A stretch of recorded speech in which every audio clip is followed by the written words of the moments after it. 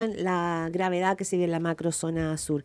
Pero además, Alfredo Moreno, como ex canciller, probablemente tiene una mirada, ha ido teniendo una evaluación de la manera en que Chile ha marcado su postura con Venezuela y lo que empieza a pasar, porque no es solo lo que está pasando a nivel, la presión a nivel mundial que se ha expandido en estos días, sino también los riesgos que empieza a significar una posible ola migratoria desde Venezuela. De eso y más queremos conversar esta mañana con Alfredo Moreno. Muy buenos días, Alfredo, ¿cómo le va? ¿Qué tal, Claudia Connie? ¿Cómo están ustedes? Hola Buenos días. Alfredo, muy buenos días. Bueno, partamos por lo último que decía Claudia, la preocupación que hay. Primero, ¿qué le ha parecido y cómo evalúa, Alfredo, la postura que ha tenido el gobierno, personalizada además en el presidente Gabriel Boric, que desde su viaje en los Emiratos Árabes casi todos los días marcó y una postura bastante dura en contra de Maduro y sobre todo de la poca transparencia en el resultado de las elecciones? ¿Cómo evalúa usted la postura del gobierno de Chile frente a lo que ha pasado en Venezuela?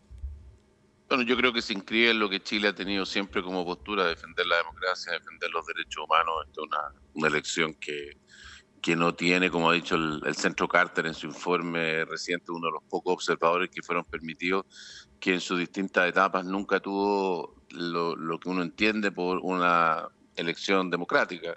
Se le quitó los votos a los que vivían afuera, se impidió la inscripción de los candidatos que habían sido elegidos por la oposición, en fin. No se permitieron observadores que fueran no afines al gobierno, etcétera. O sea que el tema de las actas ya es la culminación de todo esto, y yo creo que lo que ha hecho Chile de hacer presente la falta de democracia en esto, y luego hemos visto lo que ha pasado en los últimos días, ¿no? Lo que dijo el presidente Maduro, de que estas personas encarceladas ahora y que hacían desmanes allá eran entrenados en Chile y Perú. Bueno, es risible para cualquier chileno. Claro, pero puede que sea risible, Alfredo Moreno, pero significa que, primero, que el tensionamiento en las relaciones de Venezuela-Chile no tienen que ver solo con las declaraciones tajantes que ha hecho el presidente Gabriel Boric, marcando una distancia enorme con Venezuela, que la venía marcando, pero también, digamos, en política interna con el Partido Comunista, ya iremos a eso. Pero la pregunta es, ¿esto significa también que cuando él acusa a Chile y Perú de haber hecho entrenamiento de venezolanos que habrían llegado, dice él, a Venezuela en los 15 días pasados, como que esto hubiese estado orquestado desde Chile, significa que las relaciones diplomáticas ya están totalmente rotas? O sea, no solo porque ya la delegación china está volviendo, sino porque en los hechos esto va a quedar totalmente quebrado. ¿Y cómo se sigue operando así? Bueno, pero teníamos antes el ejemplo del asesinato del teniente Ojeda y de otros casos. Siempre la reacción del gobierno venezolano es convertir a las personas en enemigos, ¿no? No se discute sobre los hechos, por ejemplo, el tema de las actas, no se discute y no se dice por qué no se han entregado. Ayer el secretario general de la OEA decía, bueno, si fuera en mi país, en Uruguay, en el caso de él, que hubiera una elección y durante 3 días no se conocen las actas de votación, me dicen el resultado final, pero no me dicen de dónde salió, cuánto se votó en cada mes, de manera tal que las personas lo puedan confrontar. No se consideraría democrático y habría un escándalo de proporciones. Lo que hace el gobierno de Venezuela, y lo ha hecho siempre hacia atrás, es que convierte a todos en enemigos. Siempre el enemigo es el imperialismo internacional, los fascistas, en fin. Vimos al embajador venezolano al irse de aquí, muere el fascismo. eh, Todos se convierten en enemigos. El presidente Boric ha expresado dudas respecto de la elección, porque ni siquiera ha dicho que ganó la oposición. Simplemente muéstrenme las actas y ya pasó a Mm. ser su enemigo. Y así ha sido con todo. Y lo mismo hace internamente, y por eso tenemos la cantidad de violaciones a los derechos humanos y la cantidad de detenidos que han habido en Venezuela. No digo ahora, históricamente hace mucho tiempo, y 25% de la población que se ha ido de Venezuela, y eventualmente todo indica que podrían irse más ahora con todo lo que está pasando. Sí. Alfredo Moreno, ex canciller, ¿Qué le parece el rol que ha tenido la OEA en esta crisis? Ayer usted cita al presidente, ¿cierto? Al secretario general de la organización, a Luis Almagro, que ha sido bastante duro, pero ayer mismo estas declaraciones las hizo tras el rechazo en el Consejo Permanente del organismo de una resolución para que el régimen chavista entregue la totalidad y de manera transparente las actas de votación. No hubo quórum para poder, o no hubo los votos para poder presionar al gobierno de Nicolás Maduro. ¿Usted cree que la OEA puede hacer algo más para forzar de alguna manera a Nicolás Maduro? Porque da la impresión de que van pasando los días y que esto se instala y que Nicolás Maduro está súper instalado y que no hay mucho más que hacer. ¿Qué más puede hacer el concierto internacional? Claro, este tipo de organismos, como Naciones Unidas, OEA y tantos otros, lo primero que hay que considerar que son organismos multilaterales, o sea, no es un organismo que tenga un poder supranacional al que se le ha entregado, quizá la única excepción sería el Consejo de Seguridad de Naciones Unidas. En el caso de la OEA depende de los votos de los países, y aquí lo que faltaron fueron los votos de los países, y ahí hay que ver la larga historia que ha habido en esta materia. Uno, de que Venezuela a lo largo de la historia, desde el tiempo de Chávez y también ahora, con menos fuerza por falta de recursos, ha financiado una gran cantidad de países, ¿no? Creo una iniciativa denominada Petrocaribe que le entrega combustible sin pago a enormes cantidades de países caribeños, cada uno de los cuales vale por un voto. Y por otro lado, la acción que han tenido los gobiernos de izquierda durante muchísimo tiempo en nuestro continente, que fue lo que llevó a que se destruyera la UNASUR, por ejemplo, ¿no? Que una organización que se perdió porque se convirtió en una organización que solo servía cuando era apoyado, digamos, o hacía acciones que fueran en el sentido de lo que quería la izquierda. A mí me tocó, por ejemplo, ser canciller cuando hubo el problema de Lugo, que era un presidente de izquierda en Paraguay. Fuimos todos los cancilleres a intentar ayudar en ese proceso que era un conflicto entre el Senado y el presidente. Cuando el presidente Correa en Ecuador fue sitiado por las fuerzas policiales en un hospital, también todos los cancilleres de todos, de izquierda, derecha. Pero para eso hay que entender que la democracia está por encima de la ideología, y eso es lo que acá, desgraciadamente, mucho tiempo que se perdió, y en el caso de Venezuela, ya después de mucho tiempo, en realidad lo que están tratando es simplemente de salvar sus propios intereses, y ya la ideología también se perdió. Sí, solo pero una cosa, aparte perdón. de la ideología, todavía algo prevalece en nuestro continente, desgraciadamente. Sí, no, que Venezuela no forma parte de la OEA desde el 2019, Claro. por lo tanto también eso significa que una resolución es como de alguna manera un saludo a la bandera, pero hay un punto en lo que usted señala, Alfredo Moreno, que quizás es un análisis más profundo que tiene que ver con la izquierda en la región. Por eso, y además por el tamaño, se esperaba con tanta expectativa las declaraciones de Lula da Silva, que viene además viene la próxima semana a Chile.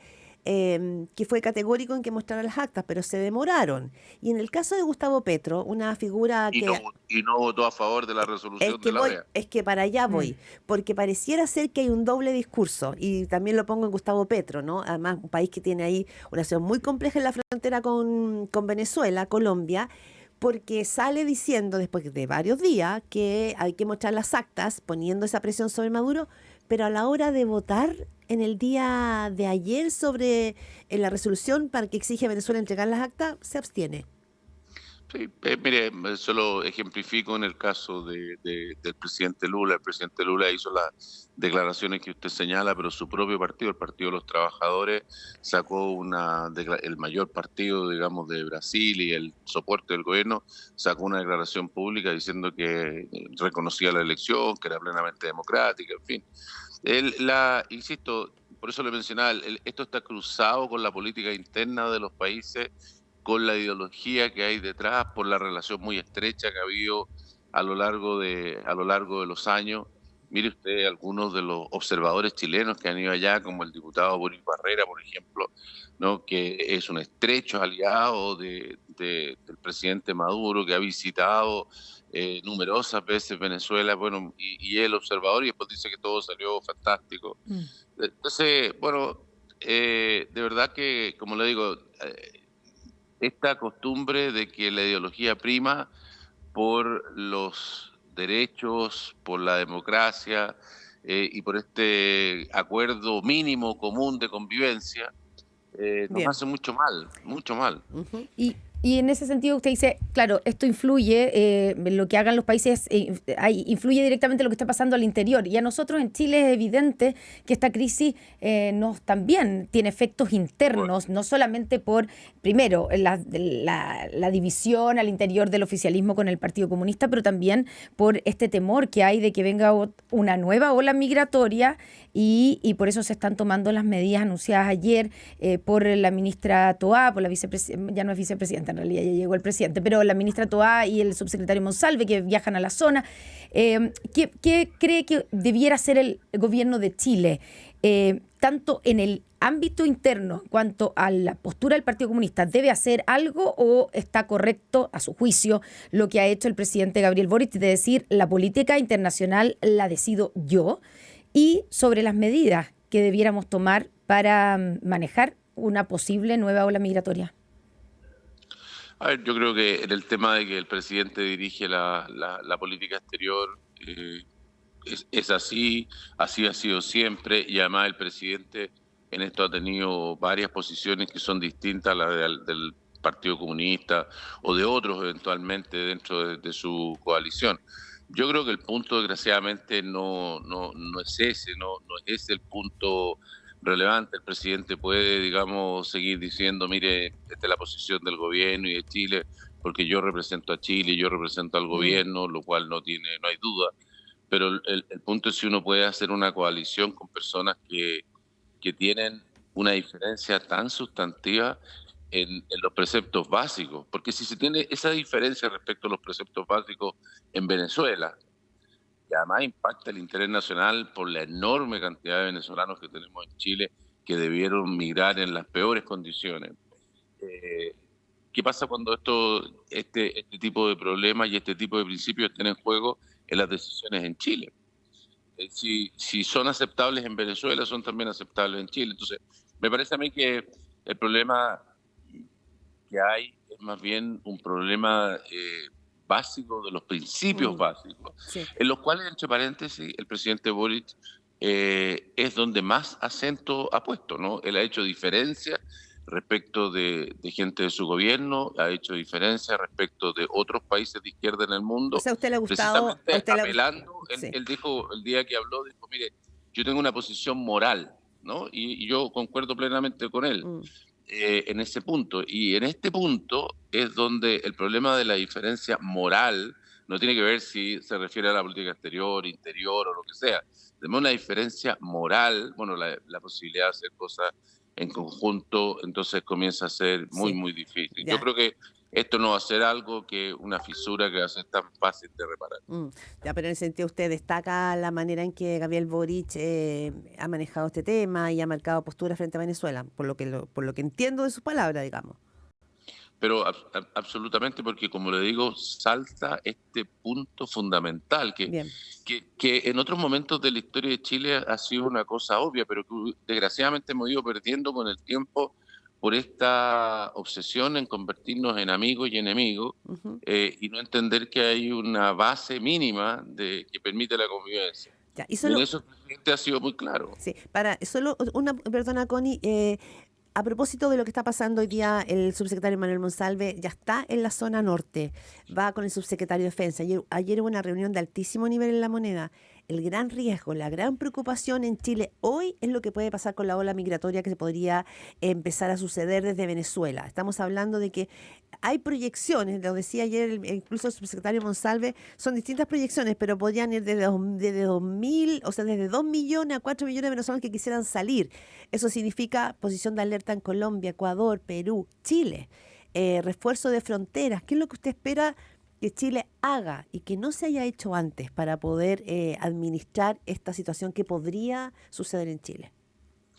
Bueno, lo primero es decir que el origen del problema, esto es como el diagnóstico de un médico, ¿no? Hay que Sí. tener el diagnóstico correcto. El origen del problema y donde hay que ir a la cura es en el origen. Este es un país y un gobierno que ha convertido el país más rico de nuestro continente en un país que tiene 80% de pobreza y donde el 25% de la población prefiere caminar miles de kilómetros con niños de la mano, con 0 pesos en el bolsillo para llegar a un país desconocido y buscar un nuevo futuro en las peores condiciones, incluso entrando en forma ilegal en los distintos países, y hemos tenido la inmigración más históricamente más alta que hemos tenido nunca en nuestro continente. Esto es otro elemento que suma a lo que conversábamos antes. O sea, el drama humano del que estamos hablando, más allá si la elección fue bien hecha, mal hecha, se ha destruido un país, y el drama humano que se ha causado es gigantesco y afecta el interés nacional de Colombia, de Perú, de Chile. Entonces, lo primero, mientras eso no se resuelva, esto va a seguir cayendo, y vamos a recibir más y más, y vamos a seguir teniendo un problema humanitario de proporciones mayúsculas. No es mucho lo que los países pueden hacer. Podemos cuidar nuestras fronteras, podemos poner normas más estrictas, podemos tener más ayuda para los que realmente ingresen en buena forma, pero realmente hoy día el esfuerzo que tienen los países como Colombia, Perú, Chile, en fin, en algo Brasil, Argentina, es de una magnitud relativa al tamaño que nosotros tenemos, tan importante que es muy difícil de asimilar. Alfredo, necesitamos preguntarle otra cosa sobre otro tema, pero solo un muy cortito. En ese sentido, cuando lo escucho hablar de todo el peligro, la alerta de esa cantidad de gente llegando, revisando hacia atrás, yo sé que la arqueología de repente no es tan justa, pero la invitación en algún momento del presidente Piñera en 2019, cuando dice tenemos trabajo para todos ustedes, vénganse a Chile, a los venezolanos cuando estaban en plena crisis también, en otra de estas crisis con Nicolás Maduro. Un error en ese abrirles las puertas de esa manera a los venezolanos para que se vinieran en masa a Chile. ¿Cree usted? No, yo creo que en eso, la política es muy dura, y siempre se hacen, digamos, caricaturas para poder hacer mensajes cortos, breves, y que sin mucho análisis dan un resultado. Tal como conversábamos antes, la causa de esto no tiene que ver con que un presidente diga, oiga, nosotros a las personas que tengan que abandonar vamos a protegerlos, vamos a crear una visa democrática para aquellas personas que son perseguidas, que es básicamente lo que dijo el presidente en un momento, además, que era un momento muy difícil. La causa de esto tiene que ver con lo que sucede en Venezuela, y por eso hay millones de personas en Colombia, donde nadie dijo eso. Hay millones de personas en Perú, donde nadie dijo eso. De hecho, nosotros tenemos menos que en Perú y en Colombia. La gente ha cruzado hacia Estados Unidos, han llegado en gran cantidad hacia Brasil. En Brasil no se notan tanto porque Brasil es muy grande. En fin, o sea, el problema no está, y por eso, insisto, inicialmente yo les señalaba que lo que hace esta gente es convertir a las personas en amigos y enemigos, y en decir los culpables son los del frente. Igual es realmente evidente cuál es la culpabilidad. La gente no se va de Venezuela porque hayan países donde lo puedan acoger. La gente se va porque no se puede vivir ahí. Y esa es la razón por la cual caminan y llegan a donde pueden. Chile es un lugar muy lejano, pero como no encuentran alternativas en Colombia, en Perú, algunos de ellos llegan hasta nuestra frontera, y aún así, como son tantos los que salen, los que nos llegan a nosotros son muchos para lo que es el tamaño de nuestro país. Y habrá que ver, y lo planteaba ayer también, ¿no es cierto?, el subsecretario Manuel Monsalve. Vienen también conversaciones de altísimo nivel en la Cancillería, Connie y Alfredo Moreno, porque esto requiere diálogo con toda la región, y también muy especialmente con Perú y Bolivia. Bolivia sobre todo. Y Bolivia sobre todo, porque compartimos ahí frontera. Se nos quedan muchos temas en el tintero, Alfredo Moreno. Es lo de la Araucanía, por cierto, pero el tiempo voló. Así que queremos agradecerle muchísimo esta conversación aquí para arrancar el Pauta de Análisis. Muy bien, muchas gracias. Gracias, Alfredo. Buenos días. Adiós, muy bien.